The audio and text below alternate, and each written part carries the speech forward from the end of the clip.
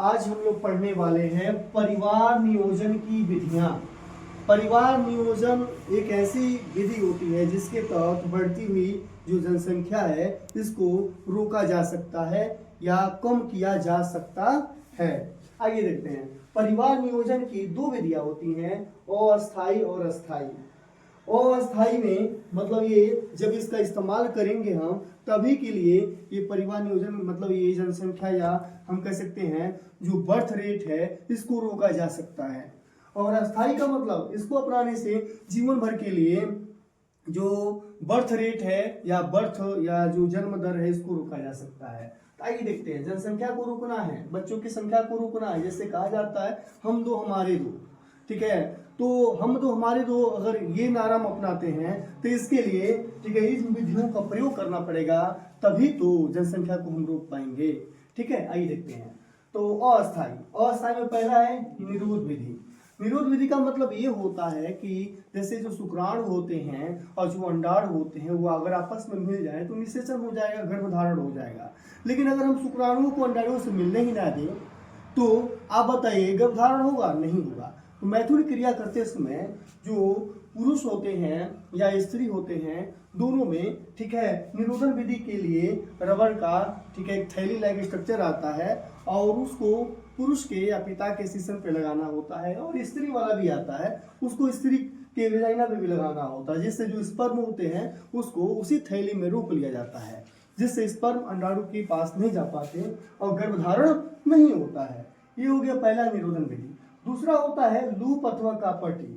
तो लूप अथवा copper T क्या होता है कि एक प्लास्टिक का ऐसे टी लाइक स्ट्रक्चर होता है और इसी पर कॉपर के ऐसे ऐसे वायर लगे होते हैं और इसमें धागा होता है और इसको एक पाइप के अंदर ठीक है इसको टी को ऐसे घुसा दिया जाता है और धागे को बाहर ऐसे खींच लिया जाएगा और इस पाइप को डॉक्टर के द्वारा ठीक है स्त्री के जो वेजाइना से होते हुए पाइप को गर्भाशय के अंदर डाल दिया जाता है और इस धागे को छोड़ा जाएगा तो ये फिर ये टी बाहर निकल जाएगा और इसमें बाहर निकल के इस गर्भाशय के अंदर ये टी जो है थोड़ा सा धागा बाहर की तरफ ज्यादा लंबा रहता है, काट दिया जाता है और इस तरह यह गर्भाशय के अंदर कॉपर टी रहता है और इसके ऊपर कॉपर के तार लगे होते हैं जो कि कॉपर आयन छोड़ते हैं और कॉपर आयन शुक्राणु को कमजोर कर देते हैं, जिससे ठीक है जो अंडा है वो फर्टाइल नहीं होता है। समझ में गया ना। और ये लंबे समय तक डिवाइस काम करता है। इसके साइड इफेक्ट बहुत कम होते हैं, ये ना के बराबर होते हैं। एक डिवाइस होती है कॉपर टी, मल्टीलूट 375 ये सब लगाए जाते हैं। उसके बाद गर्भ निरोधक कुछ गोलियां आती हैं, ये महिलाओं को खाना होता है प्रतिदिन, ठीक है। जैसे मालाडी और सहेली ये नाम की गोलियां खाने से ठीक है जो स्पर्म है वह कमजोर हो जाता है, जिसकी वजह से गर्भधारण या अंडा जो है वो कमजोर हो जाता है, जिससे गर्भधारण नहीं होता। ठीक है, मार्केट में ये दवाइयां प्रचलित हैं। उसके बाद आता है गर्भ निरोधक सुई। कुछ टीके के रूप में भी सुइयां लगाई जाती हैं और जब तक इसका असर रहता है तब तक गर्भधारण नहीं होता है। तो ये जितना हमने पढ़ाया आपको चार पॉइंट तक ये सब अस्थायी विधि थी। अब पढ़ेंगे अस्थायी विधि। अस्थायी विधि में पहला है नसबंदी, दूसरा है नलबंदी। नसबंदी पुरुषों में होता है। अगर हम बात करें पुरुषों में तो ये है उनका भ्रीषण और भ्रीषण से ये वाहिनी निकली होती है। ये वाहिनी जिसे हम शुक्र वाहिनी कहते हैं, ये शुक्राशय से होते हुए ठीक है मूत्र मार्ग द्वारा होते हुए बाहर की तरफ ये खुलती है।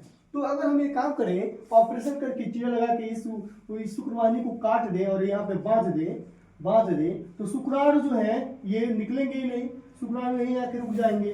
तो इस तरह देखा जाए तो शुक्र वाहिनी में को काट दिया जाता है। नसबंदी ये पुरुषों में की जाती है, दोनों शुक्र वाहिनी को काट दिया जाएगा और ऐसे पुरुष नपुंसक हो जाएंगे, कभी संतान उत्पन्न नहीं कर सकते। मतलब 2 बच्चे हुए हैं उसके बाद नसबंदी करा लेना ही बेहतर होता है, जनसंख्या नहीं बढ़ेगी।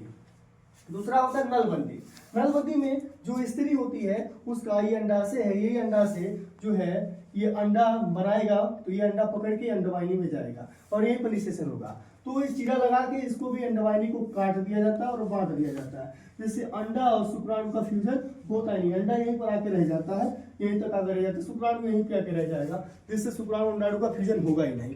और ये अस्थायी विधि है, हमेशा के लिए इसको अपना लिया जाता है। इस तरह जनसंख्या वृद्धि को हम आसानी से रोक सकते हैं परिवार नियोजन की इन विधियों को अपना के।